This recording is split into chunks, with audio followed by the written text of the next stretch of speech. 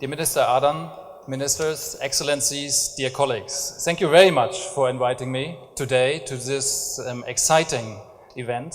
And as we are discussing all over the world, always what Israel is doing and what you guys are doing economic-wise, we are delighted and very interested in the moment in Seoul and Korea in the Global Green Growth Institute that you are on the way to a green growth path and discussing a potential green growth economy. And I hope with my presentation I can give you some insights how we work in different countries around the world and what is the aim of green growth plans within different countries, how we try to ensure that this is not a green wash. I believe you heard that word today. And so let me guide you through my presentation. The need for a new paradigm. As we all know, there's climate change, environmental and ecosystem degradation, resource depletion, and deepening inequality. You mentioned that today as well. Decisive and strong international action is urgent. And for example, we at the Global Green Growth Institute, when it was founded in 2009 in Copenhagen, there was a belief that we should not wait until the UN system, the global system, agrees on specific policies, that we should start with a bottom-up approach. And this is exactly how the Global Green Growth Institute was founded. The conventional quantity-oriented growth paradigm, as we heard today, has to shift in a quality-oriented new development growth paradigm. The need for a new paradigm addressing the global challenges requires comprehensive rethinking. That's what we are trying in the Global Green Growth Institute, of our ways of valuing.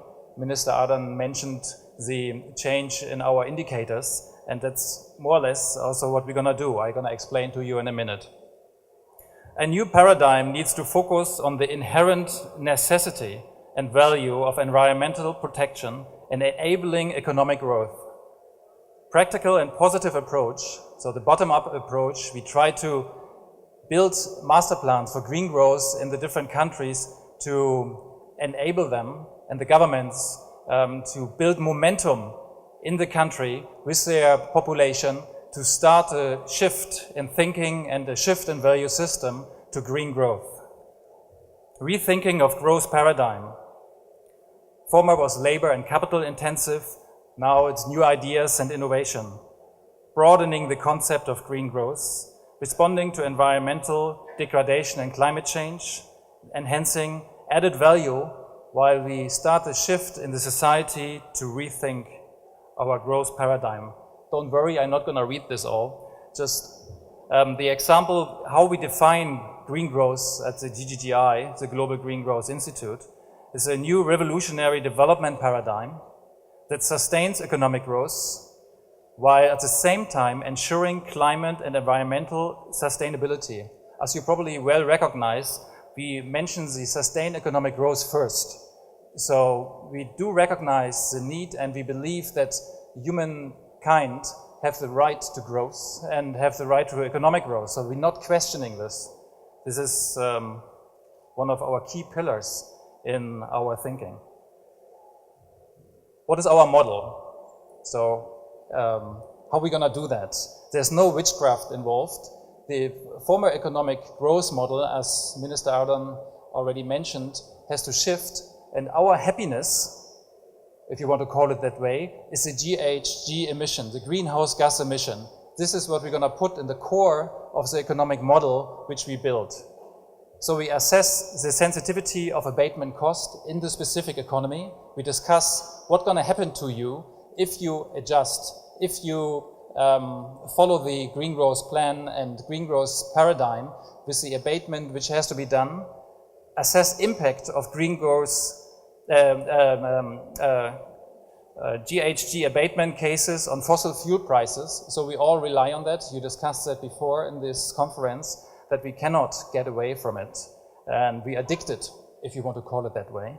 So we assess the abatement costs cases on fossil fuel prices. We assess impact on GHG abatement cases, on key macroeconomic indicators such as GDP, job creation, international trade flows, and interest rate. So we put the greenhouse gas emission idea in the middle of the economic model and sort of put everything around it to get an understanding. So the idea of integrating the ministries, as I understood before, the energy ministry and the environmental ministry. So if the energy ministry is willing to put the greenhouse gas emission into the middle of their thinking, then we're really a big step forward. Understand dynamics between absolute and relative energy demand and fossil fuel prices. We're not going to go into the details now. I wish we have time, and maybe in the future we can think about having workshops talking about this, but just to give you an idea, outline now today how we're going to do it. How we're going to try that this is not greenwash, that we're going to have really enabling new green growth paradigm. Create greenhouse gas cost curve in different macroeconomic environments. So we're building scenarios together with the government who ask us to come in and build this master plan for green growth. So this is also an important pillar of our business model. We're not building this model for us. We're not building this model for academic purposes. Our idea is that we're building this model together with you, together with the governments who are asking us to come in and writing a green growth plan, which belongs to the government and therefore to the people of the country we're doing this. How to build the green growth economy master plan. We identify a pathway to sustainable economic growth.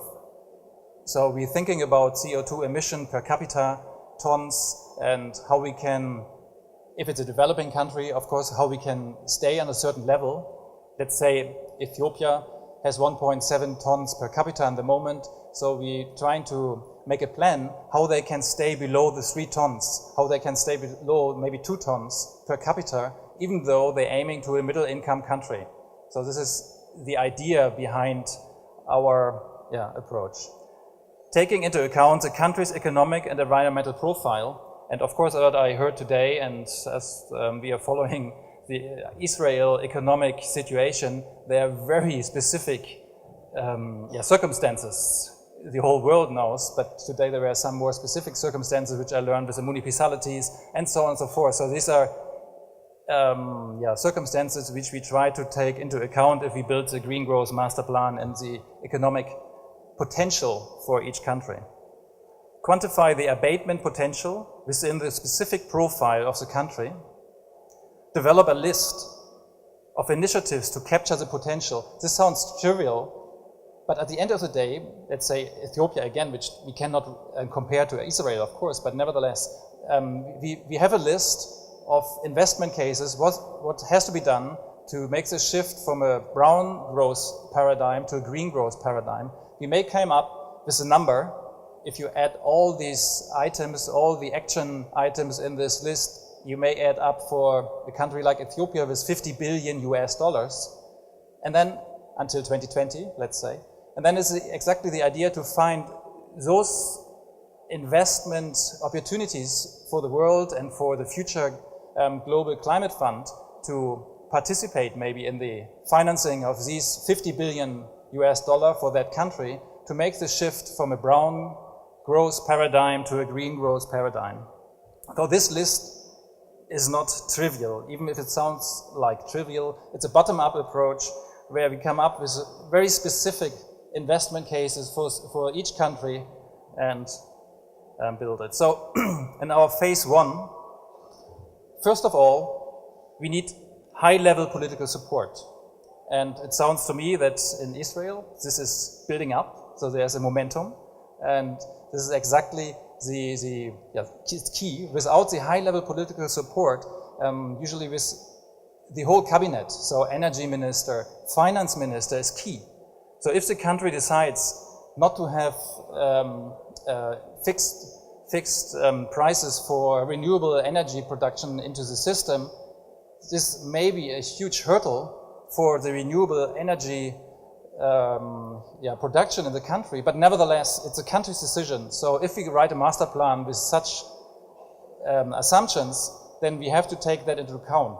We are not making policies. We are helping to write the master plan to come to green growth.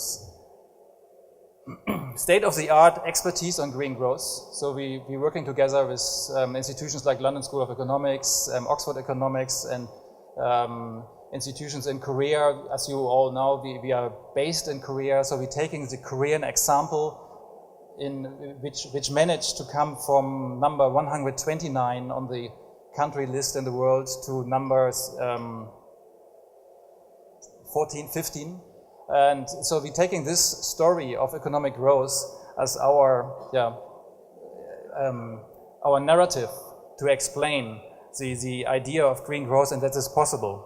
Of course, Korea has specific items, let's say nuclear, etc. But nevertheless, each country has specific items and we try to build on this.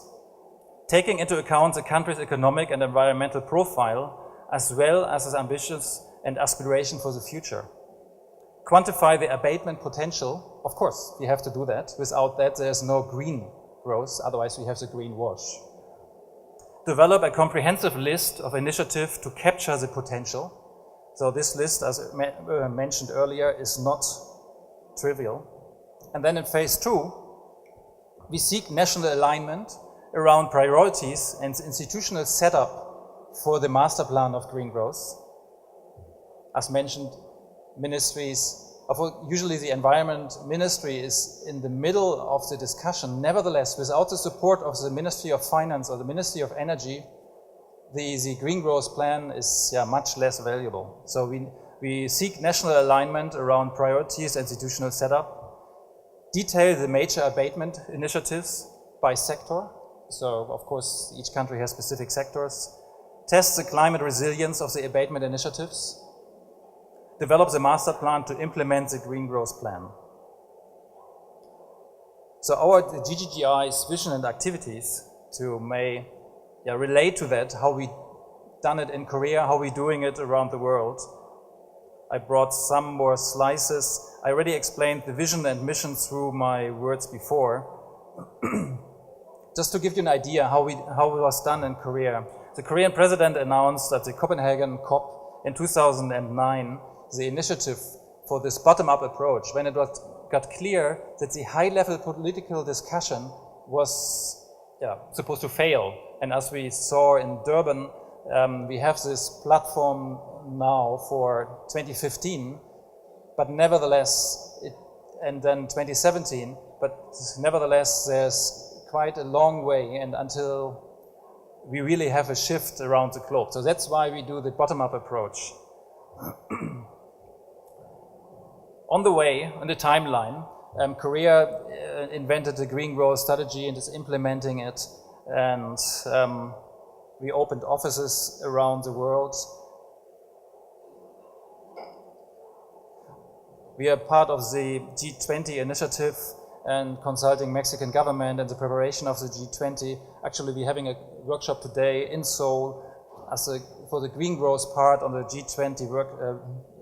G20 summit in June. We have quite a few countries on board who are agreeing that the bottom-up approach has to be done. There's no way that we can wait for the high-level political alignment on the UN level. In the moment, we are active in countries like Kazakhstan, Mongolia, China, Philippines, and India, Vietnam, Thailand, and Indonesia.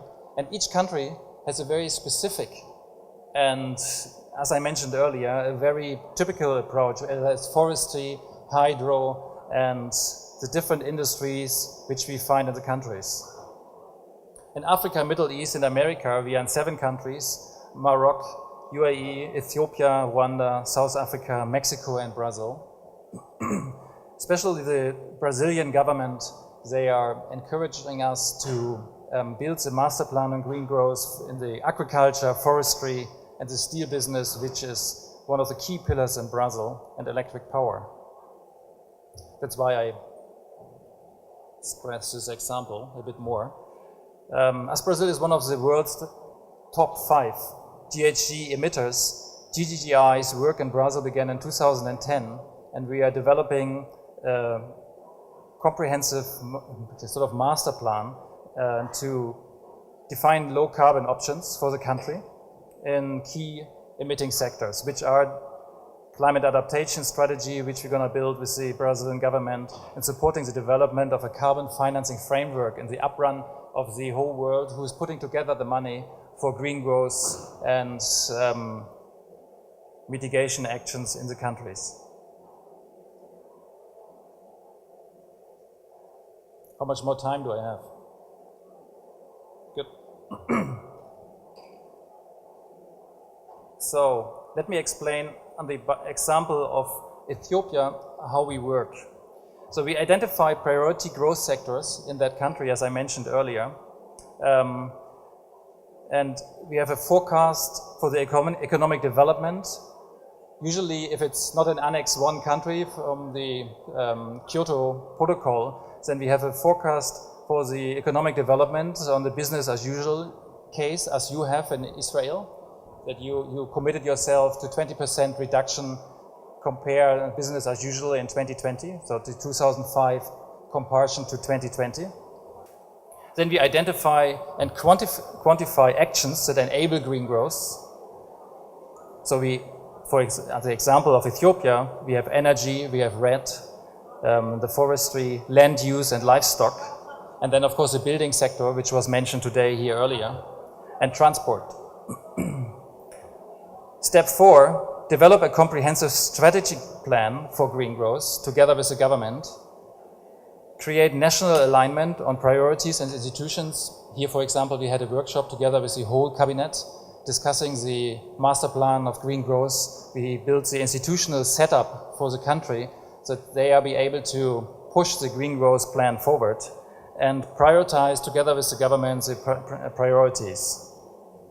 Now we are in the preparation of the implementation roadmap for that specific country and try to put in place enabling institutions and critical policies which look like this in that case. So together with the whole cabinet, we have a ministerial steering committee in Ethiopia who is discussing with us the green growth plan and a technical committee for each sector which we identified as energy, buildings, RED, land use, livestock, transport, industry and health, which of course would look different for you guys here in Israel.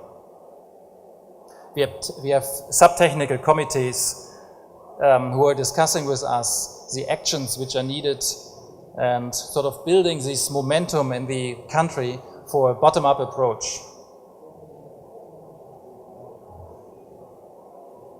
I would love to get questions, but this is not, don't have time for that. Right, so this is the idea of a green growth plan, which we built in different countries around the world, and we are very delighted that the Israeli government decided to start the Green Growth Initiative and the Green Growth Roundtables, and we would be more than happy to accompany you on this endeavor and wish you good luck with it. Thank you very much.